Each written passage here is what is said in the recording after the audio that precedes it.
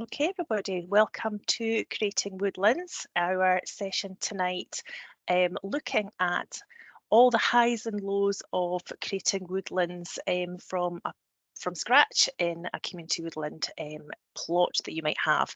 My name is Sharon Smith. I am the Member Support Officer for Community Woodlands Association, and I'm delighted to be joined this evening by John Hitchcock, and Callum Falconer, both from Slane's Environmental Action for Change, otherwise known as SEAchange, and with Becca and Tasha Fyffe, who are both from the Isle of Eigg Heritage Trust. Both woodland groups are at the opposite sides of the country and both have their unique stories to tell, and I'm delighted to have them join us today to inform you on where to begin yourselves on your journey, what's involved, and any loopholes, tips and tricks to get you on your way. Put somebody else in just now as we go. We are going to cover today's session with the following order. A quick outline. We have got myself, I'll just do a little introduction and a little bit of information about Community Woodlands Association, and then we'll follow up with John and Callum and possibly Anne when she joins the call to tell us about their purchase of their land in Aberdeenshire, where they are. Is it Collieston, I think is where you are over there. And then at the absolute opposite end of the country, we've got our leaders from Isle of Eigg, and we'll hear about Sandamhor woodland there and how that was developed.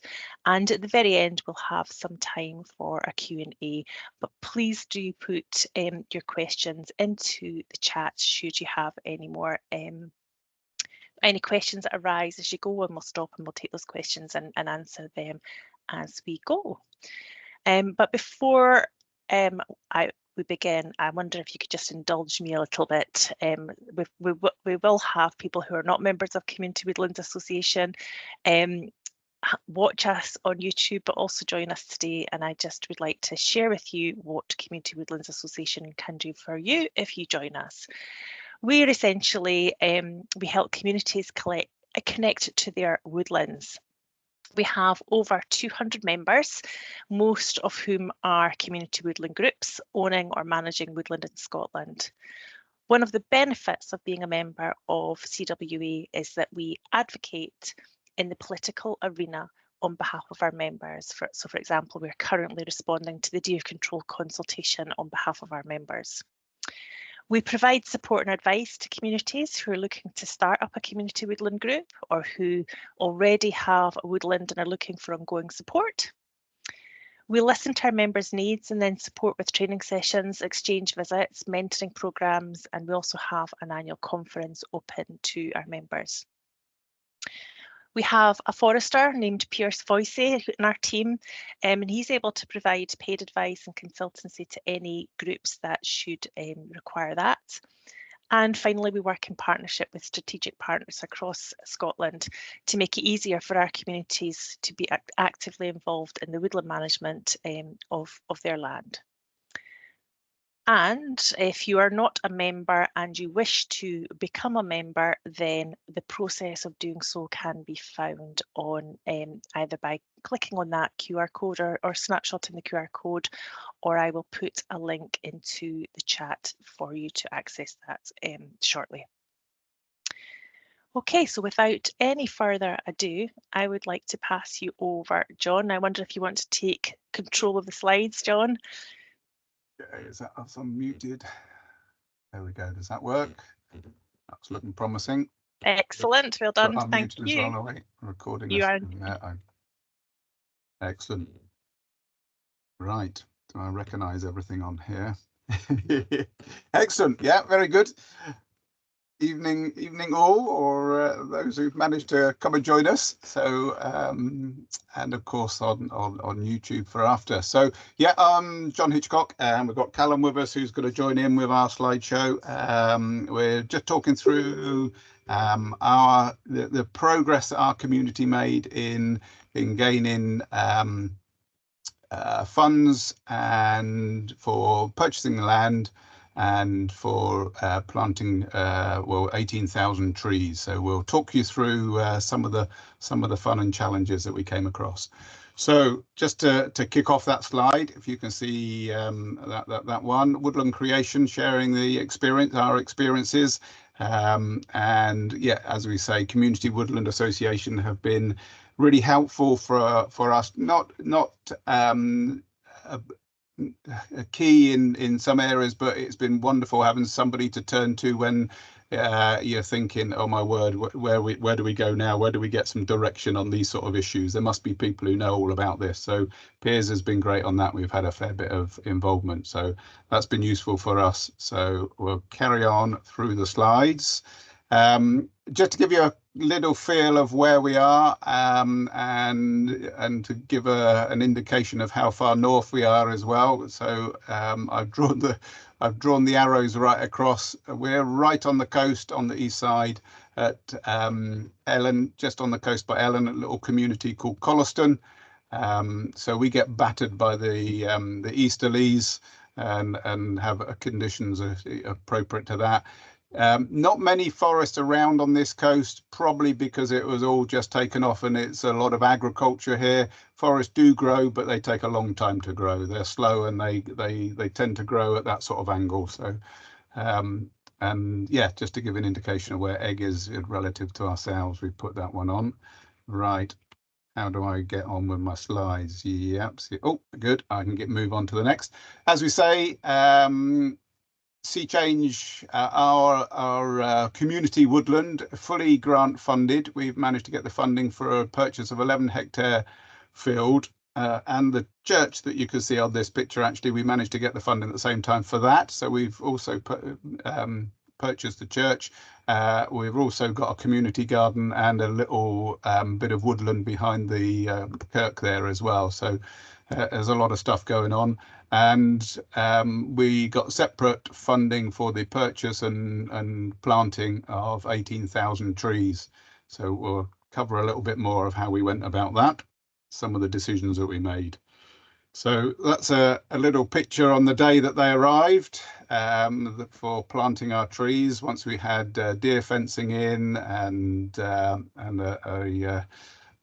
half a gate, and that's our field turning into a forest. Day one.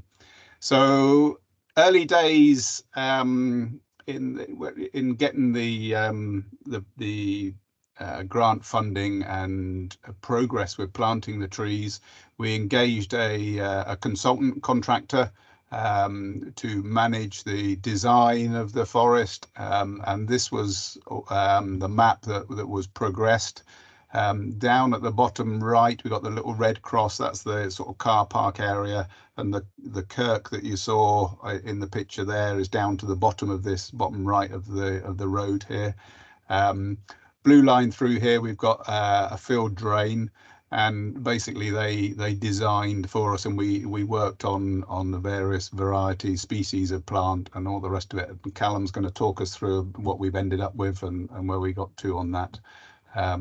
But I'll keep it brief at this stage, aware that we've only got an hour to get through all of this. So if there's any questions as we go along, then do shout up, and we'll see if we can capture some of that. So yes, that's what our field looked like, and they're 11 hectares. Funding wise, as I say, we got funding, full grant funding for purchase of the field. That got the kirk at the same time. So that was from the Scottish Land Fund.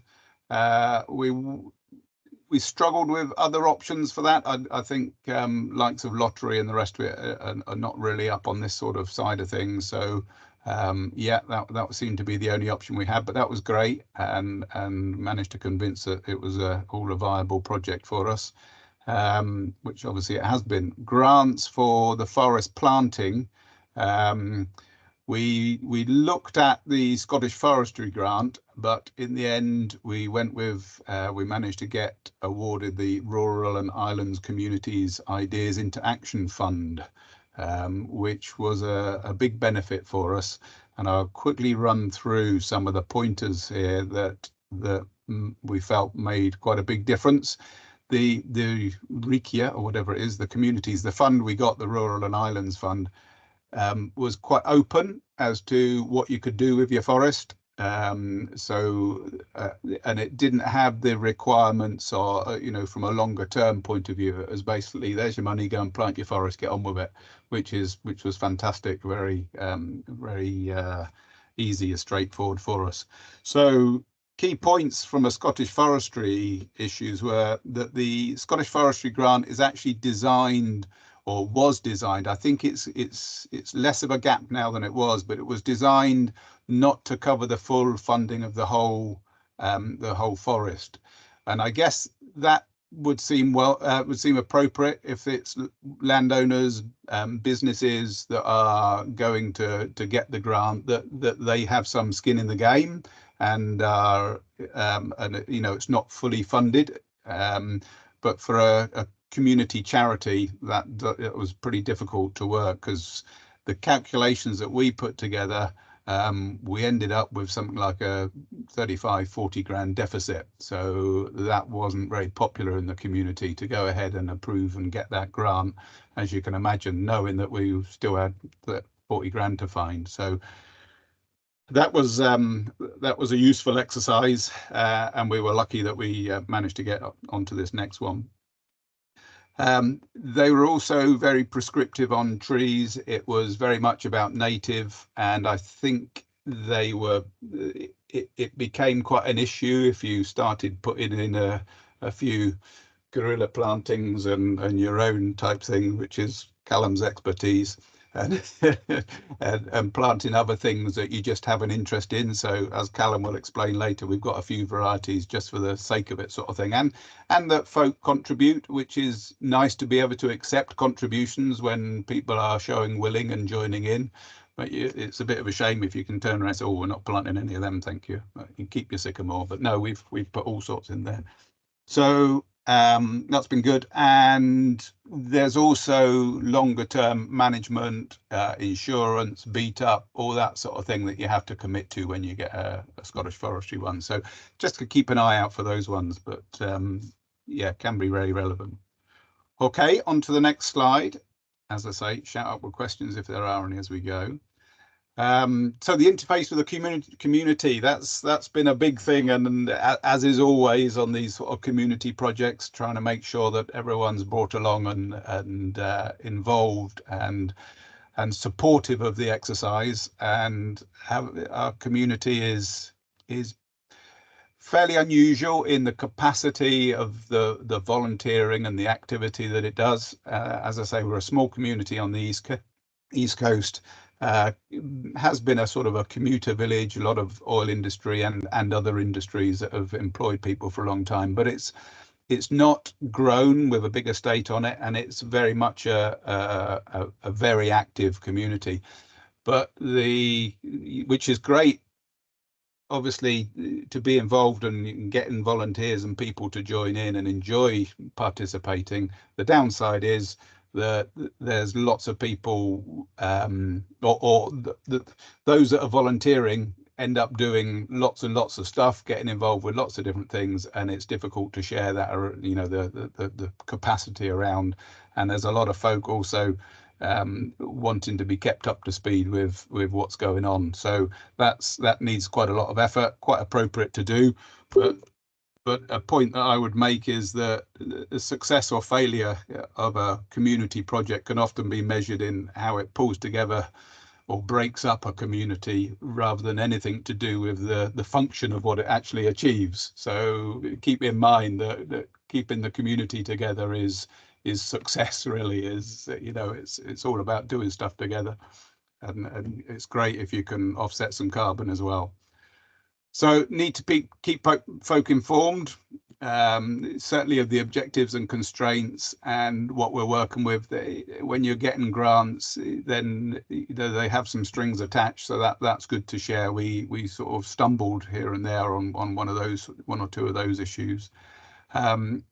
It's often difficult to keep everybody up to speed, but to evolve the concepts from the feedback from the community and progress the grant applications at the same time. We had one or two of these grant applications that we weren't fully aware of until, oh my word, there's a deadline, we've got to get it in next month, and there's an opportunity to get that money, so let's crack on. So you put in a submission complete with full gravel paths going all the way around our field, only to find that got an awful lot of resistance from the community. So fortunately it took some of the money out of what we wanted to do, but we really had to step back a bit and revisit that piece, and take a bit of humble pie from our interface there, and learn from that yes, we need to share things before we put in for a grant submission. So just sort of trying to keep the time in there is difficult, but great to keep the communication up. We did an awful lot of consulting with the community. Yes, I don't think it's appropriate in the time that we've got here to work through the various things that we did and we felt were important to share.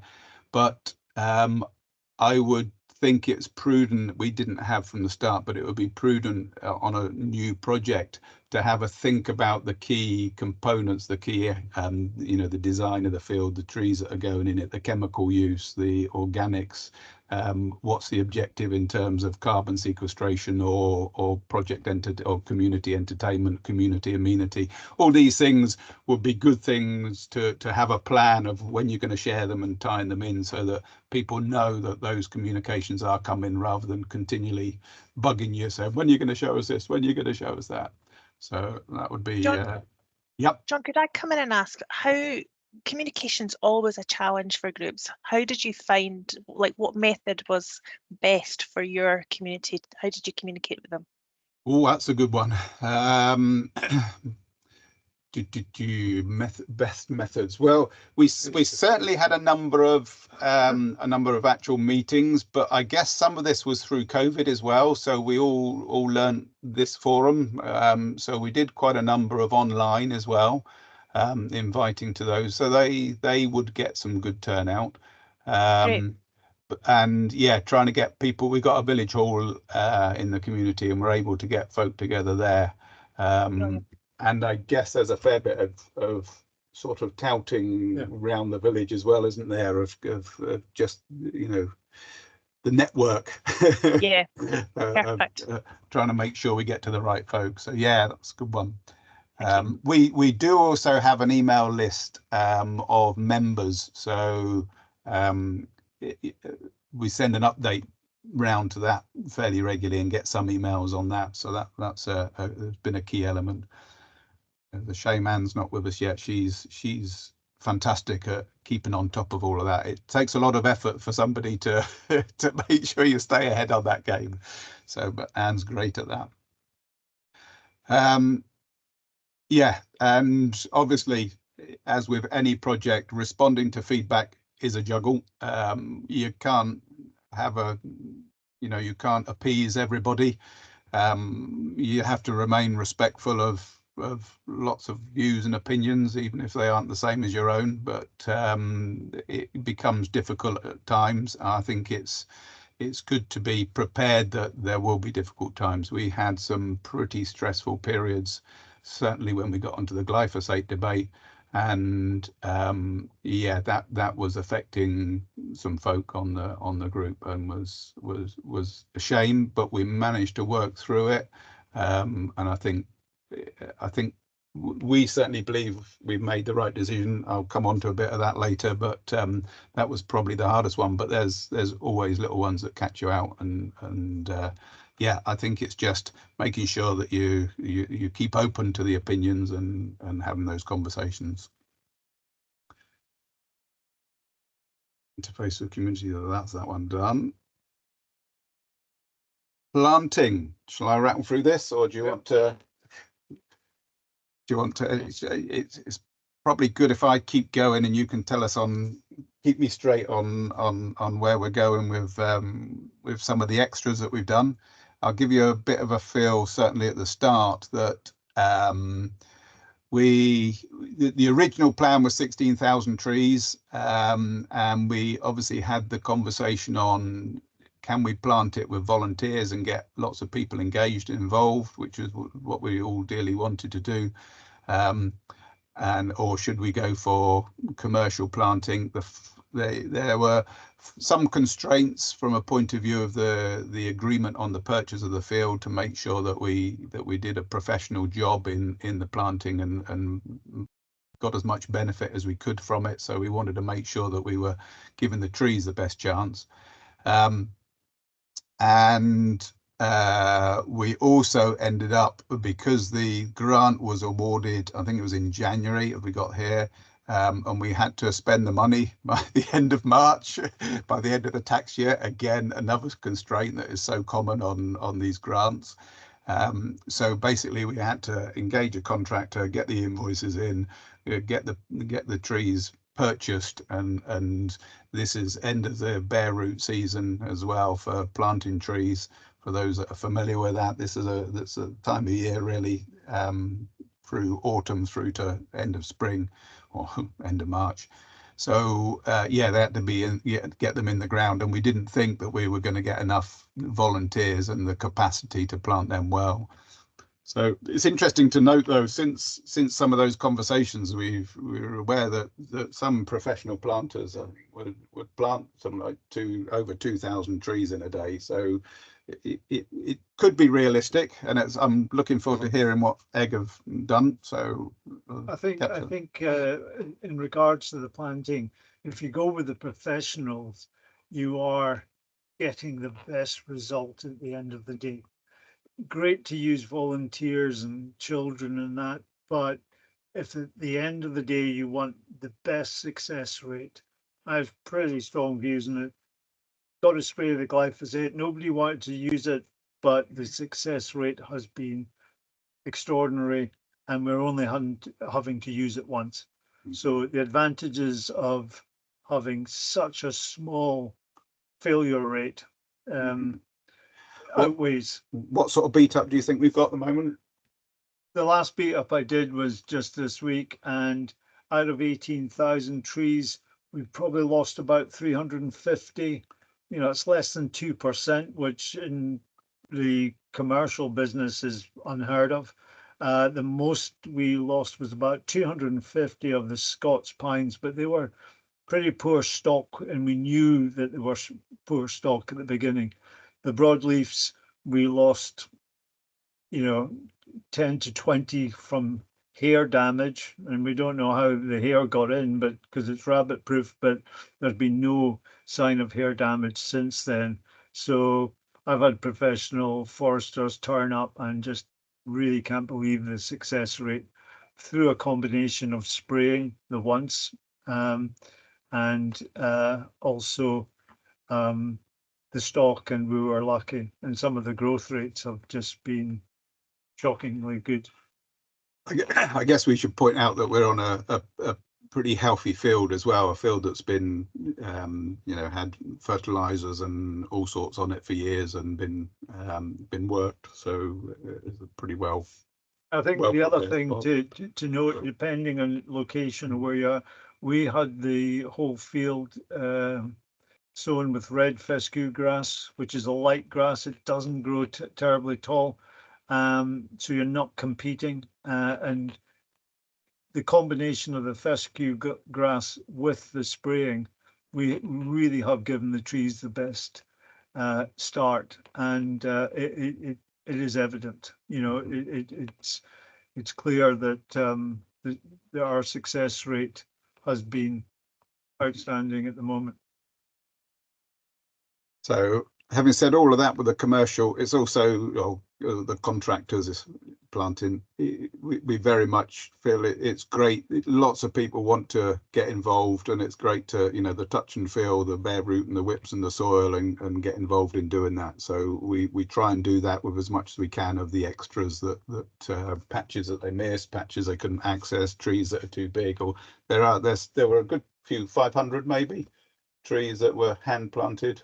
Yeah, and what we've found is, because people are seeing the success rate, people's opinions about the spraying has changed because they see it's a one-off thing. And we've had people donating trees in memory of people. So the last one we did, I went up and we bought 200 cherry trees, wild and green, and bird cherry, sorry, and hazel. We thought there that if somebody was coming to the community woodland, and cherry trees are pretty easy to identify with the blossoms, so they know what trees they've planted. And we've had a lot of people taking in extra trees for us.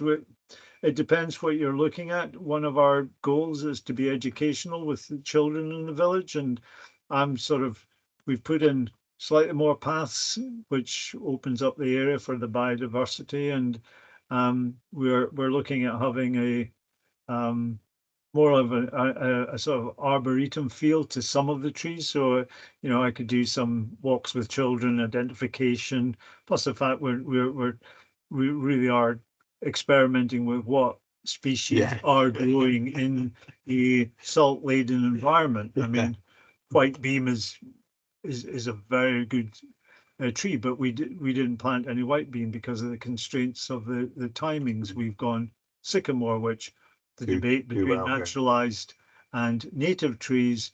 But again, it's what do you want your end result? Sycamore actually survive, and they've been around for a few hundred years as well. So it's all these debates on how pure of native trees with one or two. And we've had, you know, the last beat up, I found a Washington hawthorn, which don't know where that came from, but we've got one Washington hawthorn growing. So you'll always get wild trees growing there somehow. Can I just ask, Tasha asked, where did you get your trees from? Oh, good one. Most of them came from Christie's Elite up in Forres. Yeah. And the stock is good. I mean, we can talk brief. I mean, depends what the results. I mean, the most successful, without doubt, is the alders, and alders will take to most stuff. And we, you know, as I said, the last beat up, we've got alders that are now, you know, 1.20 meters growing with a trunk diameter of 9.5 centimeters in a year. I mean, they're trees. They are recognizable as trees. The birch, the downy birch are good, but you know, if you just want success, you grow alders. They'll grow. They're brilliant for Scotland. So at Christie's, Miller, is it? Miller Nursery. You know where they were from? No, I don't know. No, but that was our contractor who got those in, wasn't it, originally? And then a number of them you've brought on. You brought some on yourself, haven't you? Yeah, and some others. Some others are transplanted from. Again, places. Because I know what kind of grows here. I've got 500 chestnuts growing at the moment, and again, chestnut, you know, from the Balkans in Greece. But you know, most people would think a horse chestnut is a local, certainly a naturalized tree, and they work very good in salt environments. So again, we're experimenting, trying to find out what works. We're all ears on others finding it as well. But it's interesting how the East Coast and the West Coast are very different on what trees are successful, isn't it? Yeah. Okay, shall I quickly jump on? I'll quickly run through a bit of the glyphosate debate. I guess I've put that in just because it was a key issue for us to work through, and I think it's just fair to share that we weren't fully armed for it. A couple of weeks before the contractor was due to start planting, he just made a side comment, and you know, we'll be putting chemicals on when we're planting. You're happy with that, aren't you? And everyone said, oh, really? We better have that conversation. And the understanding of glyphosate is not clear. Obviously, there's court cases, and if you go online, you can find whatever you like to say about it. It's probably the chemical that's had the most money spent on it in the world. I would think it's used all over the world for farming, and our farmers and European farmers, although it gets a regular debate on whether it should be banned or not. Yeah, it's used an awful lot. Some would argue that a crop coming in from a farmer's field has potentially seen 4 or 5 sprays of glyphosate before it gets in, and sometimes it's used just for drying out right at the end. Anyway, aside from that, it's good to have a bit of background and a bit ready for the conversation with the community, and even have the decision before you get to this, you know, the point that we did. you know, talking whether you want to go for chemicals or no chemicals, or if you want to specify what they are, what you're allowed, you know, what you're going to use. Because really, you know, you could argue that fertilizers and things are chemicals, but might be perfectly organic or perfectly natural that are just put in there. So that's can be quite a big debate. But yeah, John, we'd have all. Sorry to interrupt you when you're in flow, just watching time just so that everybody else got a chance. Okay. Thank you. Yep. I'll see if I can jump some of this. Certainly we've recorded what we can so folk can refer back to this. Like we say, we think it's outweighed, the benefits have outweighed the negatives. To get rid of the conversation. There's no scientific data that you can get for your field as to how much success you're going to have, and what difference glyphosate is going to make. So it's really, a lot of that is kind of anecdotal, but we know that I mean, the picture here we've chosen, we've selected, it's definitely held back. You can see it was patch. In theory, it was patch applied, and it certainly has left quite reasonable clear and light for the plants, and the trees have done really well on it. So yeah, that's well worth considering. There's still always that last question though of what do we not know about glyphosate yet, and is that big enough risk that you want to not use it? So who knows what else is going on with the chemicals that we all use these days. And what they're doing. So I'll quickly move on. Delights of success. We'll rattle through. I suppose we've gone through a lot of this, but as we say, 17,660 contractor planted, and then various others that we've put in there as well ourselves. And Callum's been through some of that, the ash, Douglas firs, oaks, chestnuts. We've included in here the list of what we have put in, and numbers, so that's, you can refer to that at some point. That was the official original amount, that was the grant funded, and then we've also got additional contributions, and as we say, some of those are memorial, some of those are folk joining in and contributing. And then I mean, just to briefly finish off, what we're trying to do as well is to increase the biodiversity. We collected wild seeds, some of the birdfoot, trefoil, lady's bed straw, and we've scattered over 1.2 million wildflower seeds, which were, fingers crossed, will grow. So start seeing soon. Yeah, and we're just trying to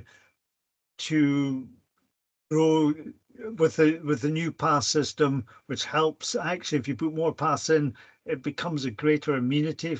People are mentioning that it makes it interesting for walking. We're thinking of doing mini trails for the kids. It makes my job of looking after the forest and referencing it from paths, and it opens it up, and a lot of the wildflowers will be have been scattered around that. So our next project is to really build on one or two more species, maybe the white beams that we didn't have, and to grow the biodiversity with wildflowers, which we're beginning to see natural thing. And the wildlife, I mean, when we started this, we probably had 4 or 5 pairs of skylarks.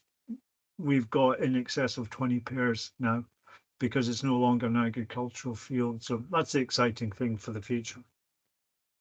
And it's a lovely place to be. And it's just at the back of my house, so I'm happy. Just up the road. Callum's often there. Yeah, excellent. That's our view across the sea there. A bunch of old men taking a wander through the field. That's us. Excellent. There's a few more slides that are in there that really for reference can be used if folk want to take it, but I don't think we need to go through the detail of that now. I can just show you what they were. Oh, it gave us the carbon, sorry, what it was all about. It gave us our carbon sequestration equivalent of 9,000 commuter journeys in and out of Aberdeen for us. So that was good to put that in the picture, and that's what we started it for in the first place. So so that was good. And that was the end, some photos there. Yeah, and some of the other information available. on species of biodiversity. So that's all on the slides for reference. John, I'll shut up. thank you very much. Thank you very, very much indeed. That was really interesting. It's so lovely to see how that's come together for you. Thank you. Tasha, do you want to take the slides, or is it yourself, Becca, that's going to do it? Who's running your slideshow? I can take control. Perfect. We'll see how it goes. Okay. Thank you. How do you get it to move along? Just click with your mouse. It should. Yeah. Okay. There you go. Lovely. That was brilliant. Thank you very much, John and Callum. That was really interesting. I'll have a look back over the slides. There's a lot of information there, which was really, really good. Well, hi, I'm Becca Long, and joining me this evening is Tasha Fyffe. We both work for the Isle of Eigg Heritage Trust, who own and manage the Isle of Eigg on behalf of our island community and the wider public. We're one of the small isles, so we're located off the west coast of Scotland. So as John pointed out earlier, we're on the opposite side of the country to them. And we're about 26 kilometres from the mainland. Our main ferry travels out of the port town of Eigg, which is just back here on the mainland. I don't know if you can see where I'm pointing. And we've got 4 ferries in the winter and 6 in the summer. So we've got very limited transport links back to the mainland. We've been community owned since the buyout in 1997, and where we're a little bit different from the standard model of community ownership is the trust is only made up of 3 members. One is the Scottish Wildlife Trust, one's the Highland Council, and the other is the Isle of Eigg Residents Association. And everyone who lives on Eigg automatically becomes a member of the Residents Association. And the Residents Association very much governs what direction the trust moves in when it comes to sort of projects and general operational management as well. The picture on the top right there, is the community back in 1996, when they just launched the buyout campaign. And the community has grown from something in the region of 65 up to about 120 today, and about 10,000 visitors per year. So the community has almost doubled in size in terms of population, and the visitor numbers have doubled in that time as well. So they were only about 5,000 back in 96, and yeah, we reckon it's a bit over 10,000 in to date. There's been a huge amount of development in those years, and there's just a few pictures there of the community hub at the pier. So that houses the island's only shop cafe, variety of other visitor businesses and public facilities. Eigg Electric, so we've got an island standalone renewable energy grid. And we're here, but yeah, lots of projects, but today we're talking about the woodland management side of things. So Eigg's long-term forest plan, I think I should start with the caveat of I'm not a trained forester. So I started my job with the trust back in 2017, and woodland management activities was just one of the projects that I picked up, and I've very much been learning on the go, with a lot of support from within the community and external bodies. Community Woodlands Association, to my mind, is worth its weight in gold. They've been absolutely fantastic over the years, and we've worked with previously Chris Marsh and now Piers Boise, and I can't sing their praises more highly. They've been fantastic, and very much helping to turn what is quite a technical document into something that Tasha and I have slowly been getting to grips with in terms of sort of practical applications. We've also been really lucky to benefit from our neighbouring community of Knoydart and the Knoydart Forest Trust over there. They've been fantastic along the way as well. And yeah, as I say, working together with Tasha Fyffe, who is our island tree nursery manager. Eigg's long-term forest plan was signed off in 2017, and before that we had lots of individual woodland management plans.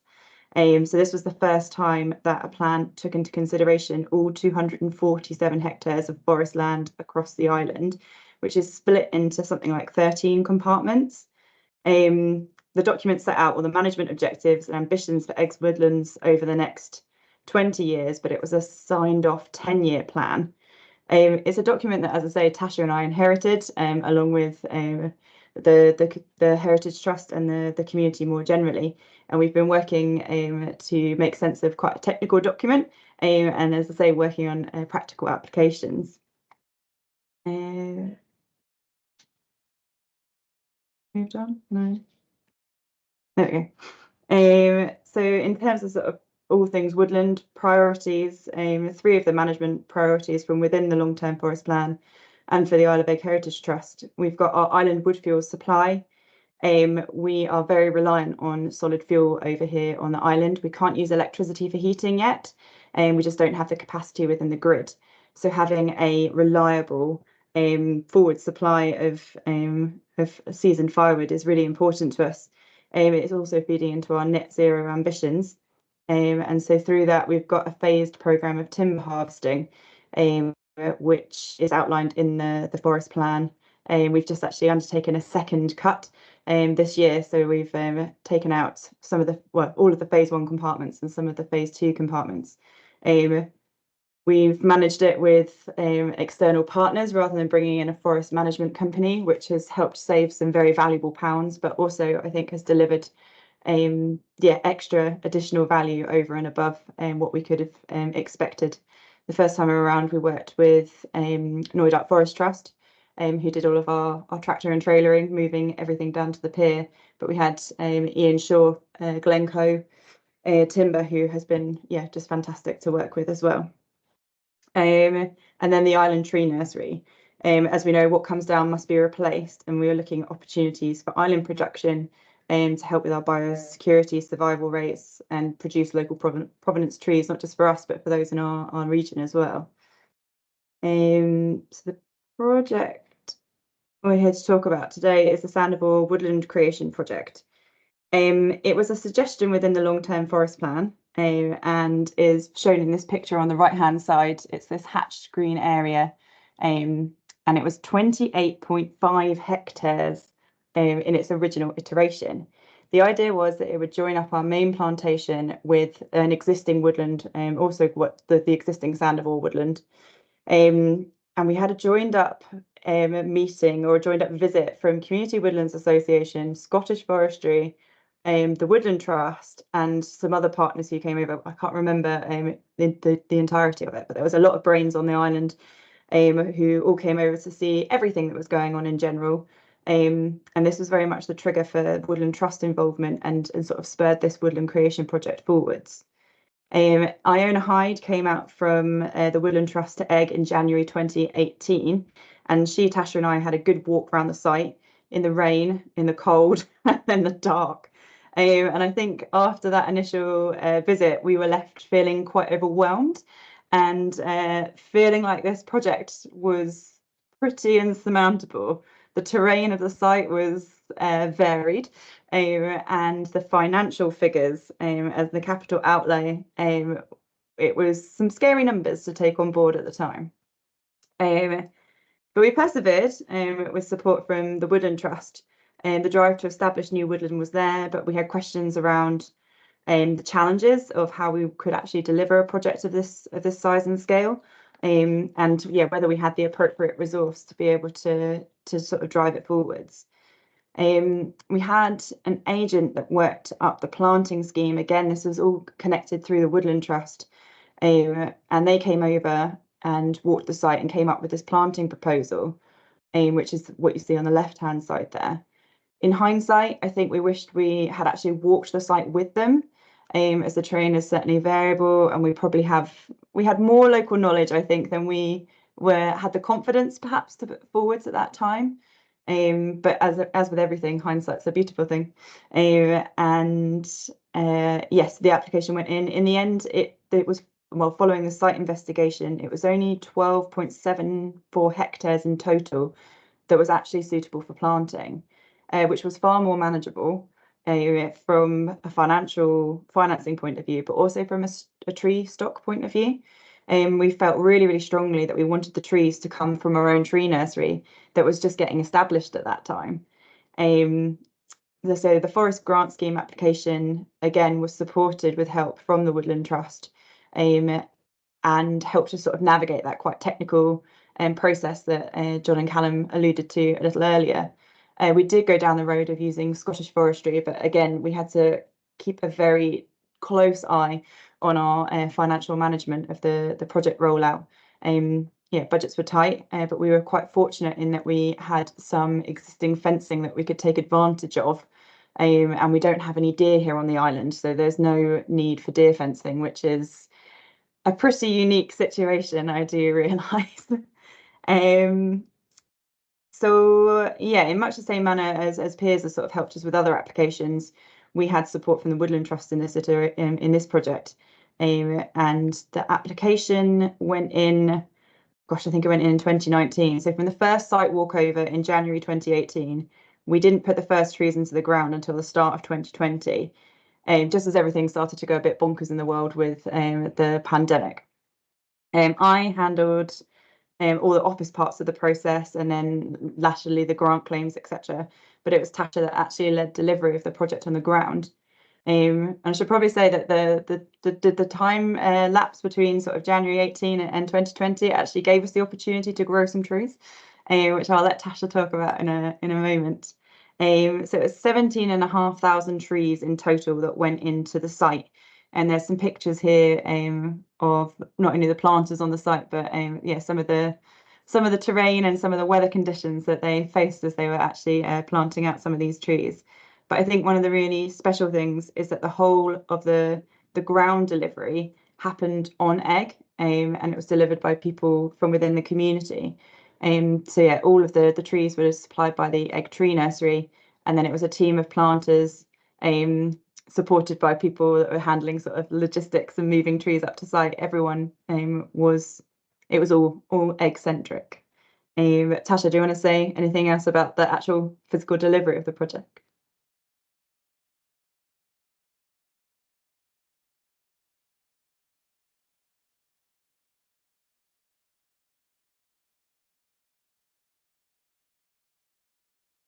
Oh, you're on mute.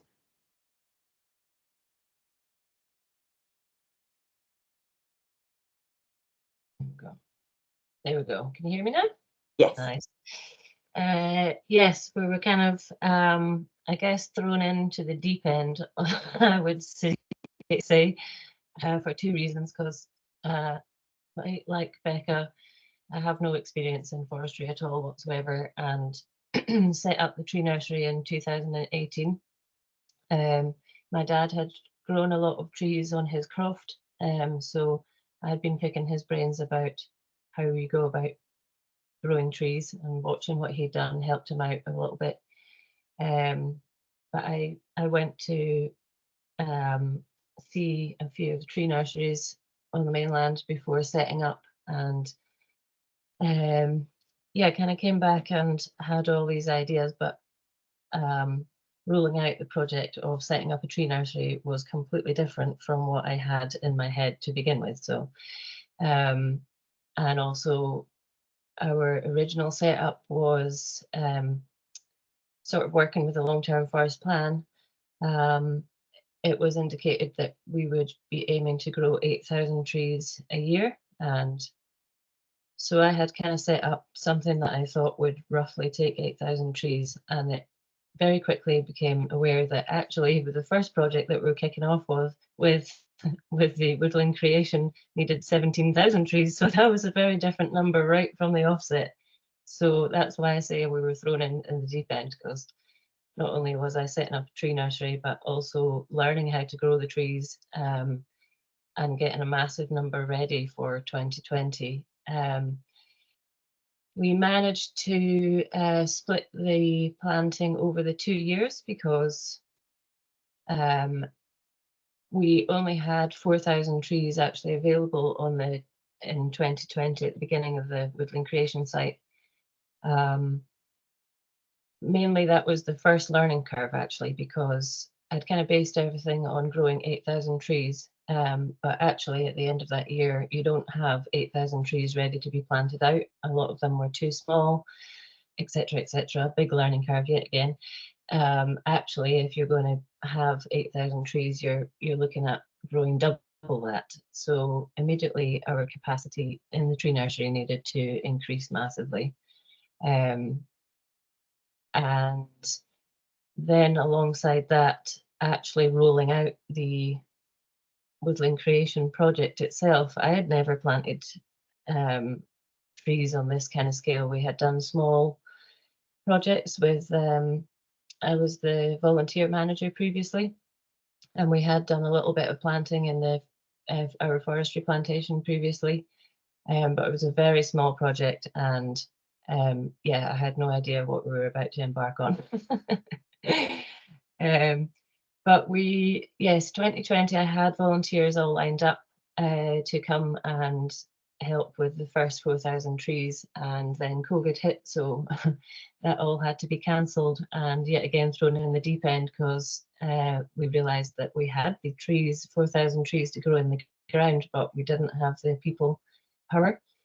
And obviously that was right at the beginning. It was all planned to kick off in April, and COVID hit in March, so it became hugely apparent that it was me that was going to have to plant in the trees also, because in the community we were all having to distance ourselves. And my dad obviously was very involved in the tree nursery set up with me, said that he would come and help, but I was really freaking out about that, because he's obviously a lot older, and that was the you know, most critical to stay at home.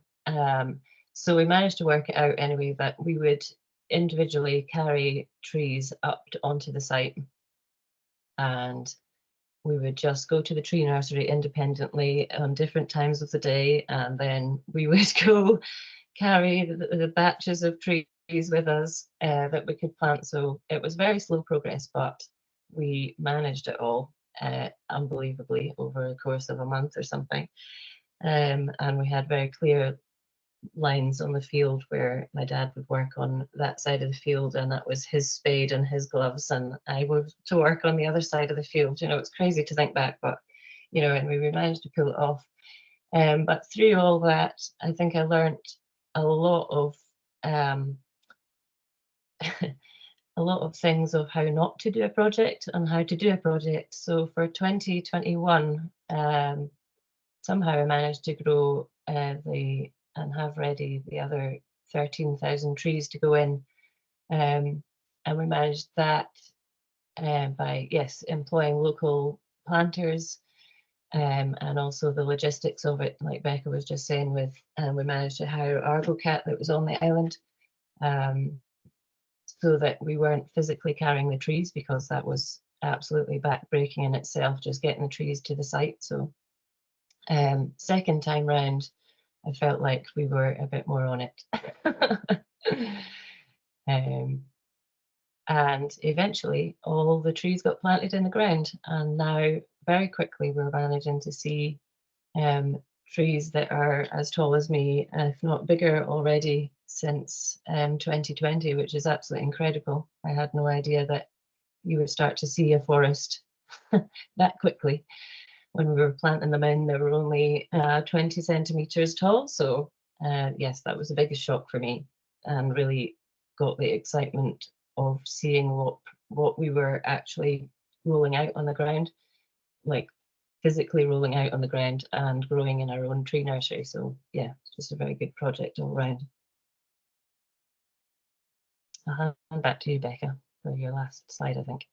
Oh yeah, so yeah, it's been amazing to actually see a woodland starting to take shape, and we've had various people come to visit, or just generally having a little visit up to the site and having a look around, and you can see sort of like the access routes now, and yeah, it's all taking shape, which is looking fantastic. Just thought I'd just touch on the woodland carbon code as well. I know there's a variety of streams of thought around this, but it felt right to the Heritage Trust. So at the end of the project, we registered the site with the carbon code via the Woodland Trust.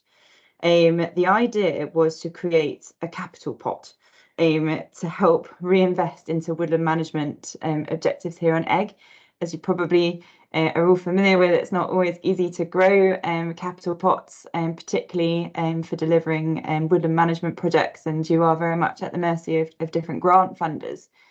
So this felt like an opportunity for us to to take a bit of control and to grow, to create a capital pot that we could then govern how we were going to spend it based on the different objectives and priorities that we're faced with here. Going through a partner like the Woodland Trust, they certainly built confidence in the partners they share the sales, they sell the shares onto. So not organisations that wouldn't be aligned with the Eigg ethos. It was discussed at board level with the Heritage Trust directors, but it was also taken to the Residents Association to see how they felt about it.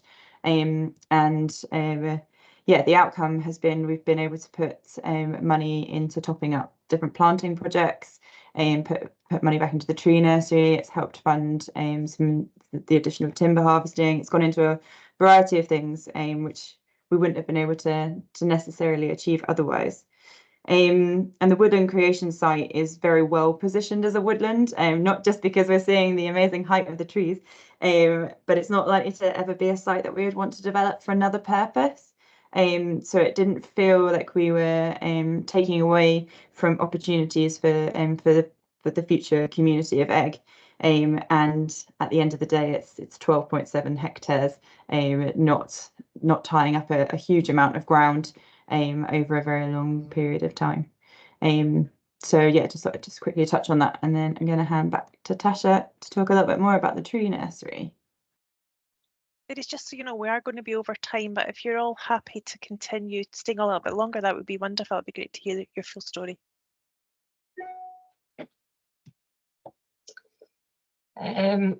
So this is just a quick slide here of the tree nursery. This wasn't a first picture. As with all presentations, you realise that there's a lot of pictures that you would like to include, but you have to kind of whittle it down a bit. So my original setup, everything was on pallets, wooden pallets down on the ground. And as we've gone on in increasing capacity that we were just talking about before, and using sort of the space wisely, I guess, as you learn how you use the polytunnel and the outside space. But the best thing that I got was these steel tables, because it saved on my back massively by having everything up at the right level. So you always, doesn't matter what you're doing in the tree nursery, you always have to move things around at least twice in a season. So no matter how organized you are, you will always have to move things again and again and again. So yes, it's been a very important learning curve, that one, having things at a better height, and especially for transplanting all the stuff over. That's sort of one of the most monotonous jobs in the tree nursery, is standing and collecting or scooping out the small seedlings from the seed beds, and then I transplant them all one by one into the root trainer cells that you can see in the pictures there, which are sort of cells of 32. So having the correct height is incredibly important on that one. This is just a wee picture to show you a wee collection of pictures.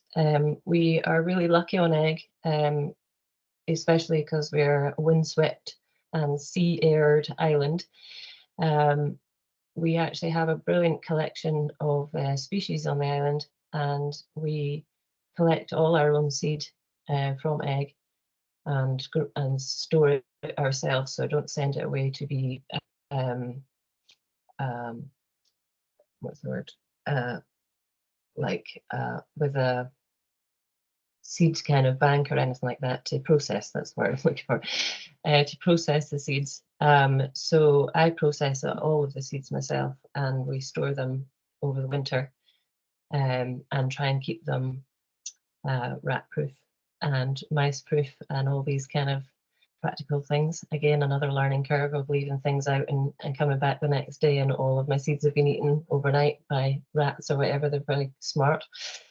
And yeah, so throughout the process, we've managed to provide all of the species that was laid out for the woodland creation site. And more recently, we've been working on restocking the forestry plantation.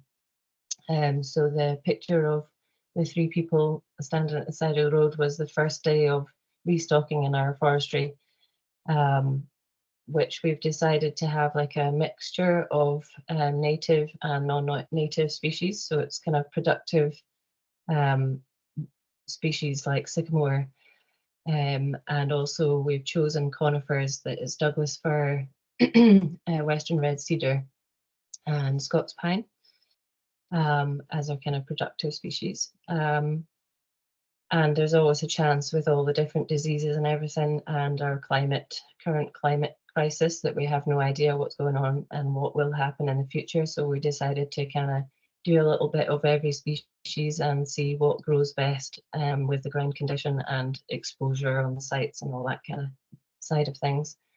I guess one of the things that I've been really surprised and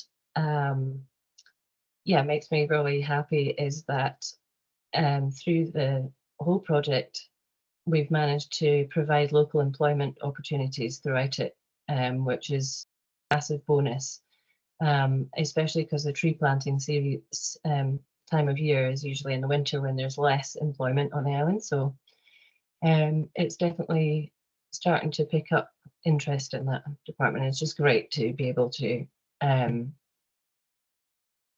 have local employment, and it's all from people that aren't skilled tree planters. Nobody's we kind of keep it so that it's open to everybody. So complete beginners this year's planting, I've had a couple of complete beginners that didn't even know the difference between the different species, which is another aspect of learning curves on it for all of us to be able to get a system in place that with labels and things like that, with the bags of trees at the side of the road and things that don't blow away by the next day, etc., etc. But it's all fun and it's great, and it's getting community more involved in the woodlands, actually, in the forest, and seeing what's going on, which is, yeah, it's just a really nice part of the project that I didn't expect when we started out. We have like a really lovely circular economy is kind of a term that's getting thrown around a lot just now, but on Eigg it's so lovely because we are just on this small piece of land in the sea, and we're managing to collect the seed, grow it on, and then plant it right outside the door of the tree nursery at the moment. The forestry plantation sits in the middle of the island, really. And the tree nursery is right in the bang in the middle of that too. So the carbon footprint of the project is incredibly minimal because we are just transporting it a few yards down the road, basically. So that's another aspect that I hadn't really thought of until we'd actually started up.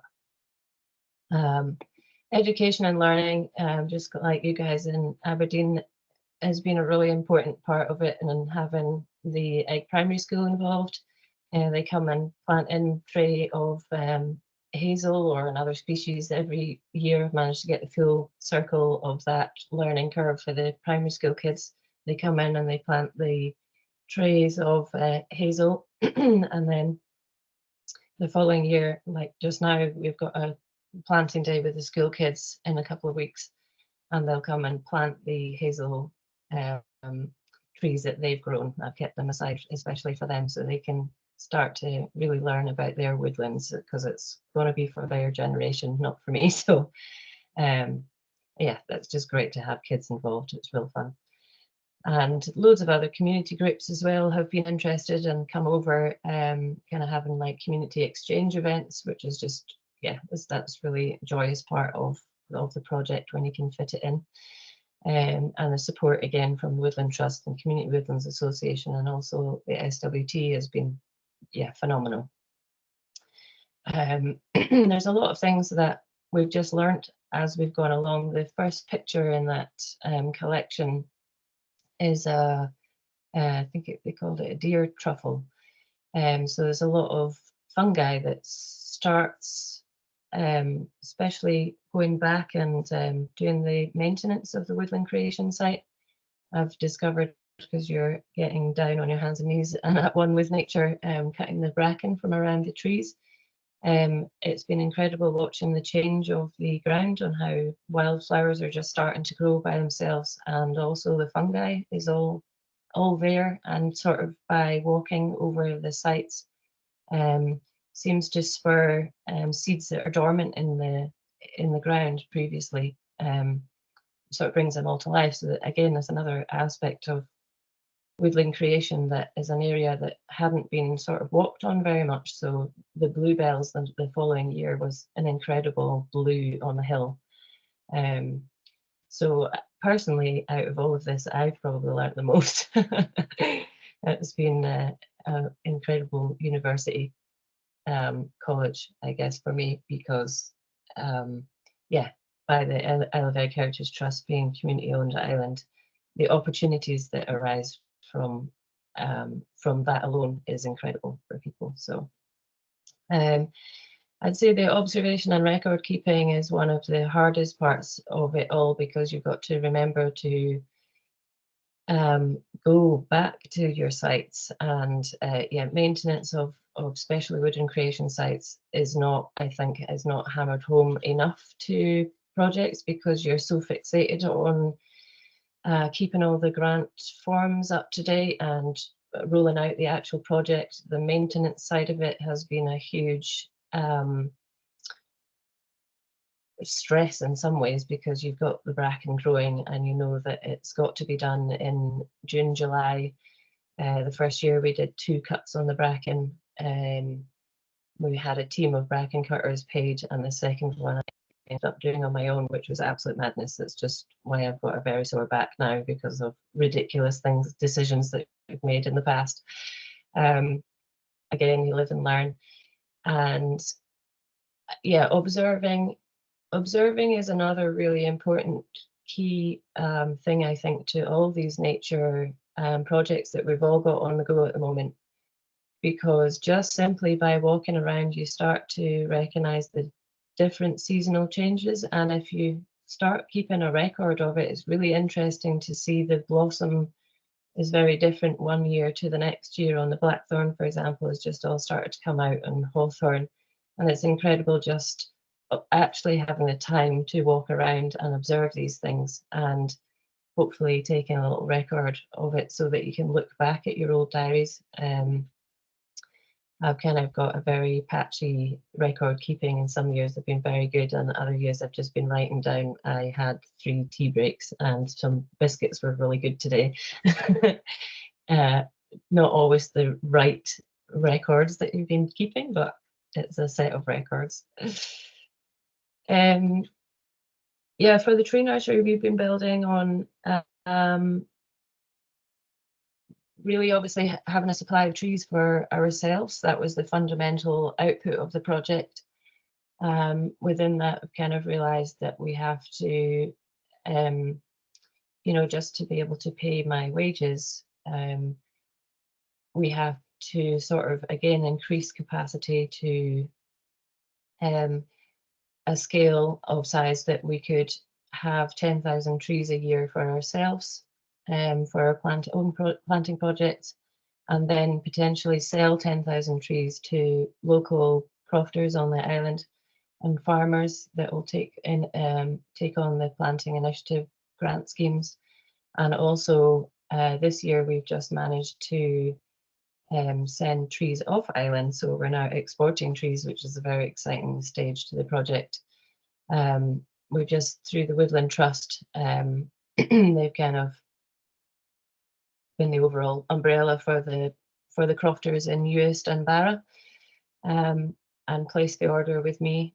So I managed to work out how to package trees up into a pallet and send them off island, which is a terribly nerve-wracking experience of my little babies are going off on the boat. It's not just getting looked after from the tree nursery to the planting sites on Eigg. They're actually get put on the boat and sail off. I find it more emotional, almost as emotional, I shouldn't say more emotional, but almost as emotional as sending my daughter off to high school. It was one of those kind of key emotional moments of your job. Suddenly I was like, oh my god, I have no longer control of these trees, but actually it's really lovely because they're all going to neighbouring islands on this occasion. So all the crofters that have got the trees, you know, I will be able to go and I could potentially go and visit them in their final destinations. So not just on Eigg. I can see the trees, but it could actually go other places, which is, again, it's another really exciting part of the project that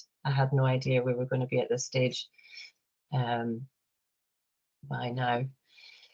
And I'm just trying to see. Oh yes, another it was just the final slide, really. I guess, yeah, I feel like at this point it's always a bit doom and gloom in the climate crisis, but I feel like on Eigg we've got a unique opportunity and sort of able to tell our story and help other communities roll out planting projects. And you know, it's quite a lot of doom and gloom on the climate crisis, but actually what we're managing to achieve on Eigg is incredible, and have, you know, providing employment and growing local trees and with local provenance. I think all the organisations like Community Woodlands Association, Reforesting Scotland, Woodland Trust, and Scottish Forestry, you know, are all really trying hard now to work together, which is great. And there's people on the ground like us here, the Tree Nursery, that can feed back into these organisations to just help other small communities make the grant system easier, for example, because all these things are just so confusing when that's not your skill in the first place, and you're just trying to make it up as you go along. And yeah, having the advice, especially from the Community Woodlands Association, has just been brilliant. So I would say the future is not orange, which is some kind of thing that was in my head earlier, but the future is green, which I found the picture of the lovely acorns there, because they were very green when we picked them back in October. Yeah, just I feel quite positive in amongst it all. That's yeah, I guess like upgrading and building and incorporating other projects all into it all, that will all help in the future to subsidise the Tree Nursery to be able to exist actually, and keep providing a good local source of local provenance trees, not just for ourselves but others too. So I think that's it. Thank you very much indeed. Do you know, it's lovely to hear of the similarities between your two woodlands and your experiences, but also the massive difference between you both as well. It's just quite incredible. And I'm sure I've been watching your face, John, when Eigg have been talking, and vice versa, and it's a delight to see, you know, the realization in your faces as well. So thank you so much, both groups, for contributing this evening. It's been a joy to listen to you.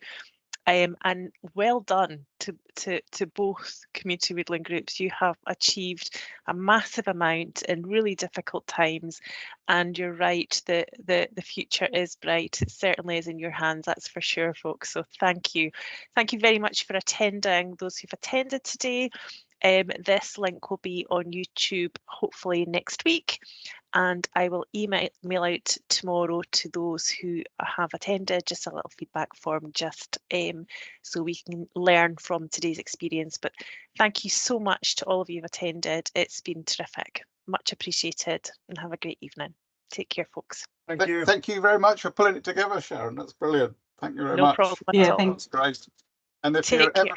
ever in the area, do come and visit. Do call by. Come and have a Absolutely will look. do. And if we're on